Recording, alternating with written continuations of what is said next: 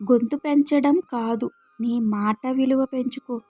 వాన చినుకులకే తప్ప ఉరుములకు పంటలు పండవు. నీ అసూయ ఇతరులను కొంత ఇబ్బంది పెట్టవచ్చునేమో, కానీ నిన్ను మాత్రం నిలువునా దహిస్తుంది.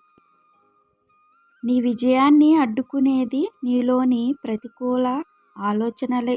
కింద పడ్డామని ప్రయత్నాన్ని ఆపేస్తే ఎన్నటికీ విజయాన్ని సాధించలేం. అసూయతో బతికే వారికి సరైన నిద్ర ఉండదు. అహంకారంతో బతికే వారికి సరైన మిత్రులుండరు. అనుమానంతో బతికే వారికి సరైన జీవితమే ఉండదు. మనిషి తన చేతలతో గొప్పవాడవుతాడు, అంతేకాని జన్మంతా కాదు. మనిషి వ్యక్తిత్వాన్ని అతని వృత్తితో కాకుండా ప్రవృత్తిని బట్టి అంచనా వేయాలి. పొరపాటు చేయని ఒక వ్యక్తి ఎప్పుడూ కొత్తగా ఆలోచించలేడు. శక్తి మొత్తం మీలోనే ఉంది. మీరు ఏమైనా చేయగలరు, అన్నిటినీ సాధించగలరు. మనది కాని వస్తువుపై వ్యామోహం పెంచుకోవడం మూర్ఖత్వం. ప్రపంచాన్ని మార్చాలంటే శక్తివంతమైన ఆయుధం చదువు ఒక్కటే.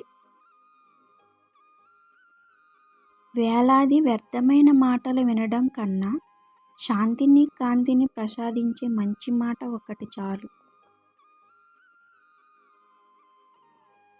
ఎంతసేపు చదివావన్నది ముఖ్యం కాదు, ఎంత శ్రద్ధగా చదివావన్నదే ముఖ్యం. ప్రపంచాన్ని మార్చడం ముఖ్యం కాదు, ముందు నువ్వు మారడం ముఖ్యం. ఒక మనిషి గొప్పతనం అతని మెదడులో కాదు, హృదయంలో ఉంటుంది. నిన్న నుంచి నేర్చుకో, నేటి కోసం జీవించు, రేపటి గురించి ఆశించు. జీవితం అనే ఆయుధంలో గెలవడానికి ధైర్యాన్ని మించిన ఆయుధం లేదు. చీమను చూసి క్రమశిక్షణ నేర్చుకో, భూమిని చూసి ఓర్పును నేర్చుకో.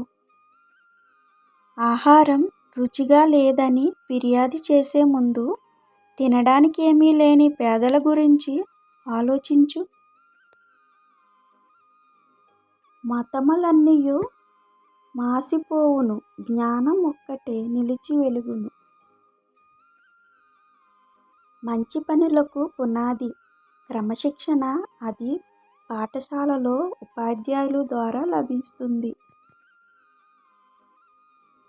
పుస్తకం గొప్పతనం అందులో ఉండే విషయం మీద ఆధారపడదు, అది మనకు అందించే ఆలోచన మీద ఆధారపడి ఉంటుంది. ఎగిరే గాలిపటం విద్యార్థి అయితే ఆధారమైన దారం గురువు. ఇది చాలా క్లిష్టమైన సమస్య అనే షాకొద్దు. క్లిష్టమైనది కాకపోతే అది సమస్య ఎందుకు అవుతుంది? విద్య మనకు మంచి స్నేహితుడు. విద్యావంతుడైన వ్యక్తి ప్రతి చోట గౌరవించబడతాడు. నిరంతర సాధన ఫలితమే నైపుణ్యం, అది అకస్మాత్తుగా వచ్చేది కాదు. అహంకారం ప్రతి ఒక్కరిని నుంచి చివరకు భగవంతుని నుంచి దూరం చేస్తుంది. పూల పరిమళం గాలివాటుకే వెళ్తుంది, కానీ మంచితనం ప్రతి దిక్కుకు ప్రసరిస్తుంది. వెలిగే దీపం ఇతరుల దీపాలను వెలిగించినట్లే నిరంతరం నేర్చుకునే వారే ఇతరులకు జ్ఞానాన్ని పంచగలరు. కోపం రావడం సహజం, కాకపోతే దాన్ని ఎప్పుడు, ఎక్కడ, ఎవరి మీద ప్రదర్శించాలో తెలిసి ఉండడమే విజ్ఞత. దేనినైనా ప్రేమతో చేసి చూడండి, అది మీ జీవితాన్ని సంతోషపరుస్తుంది.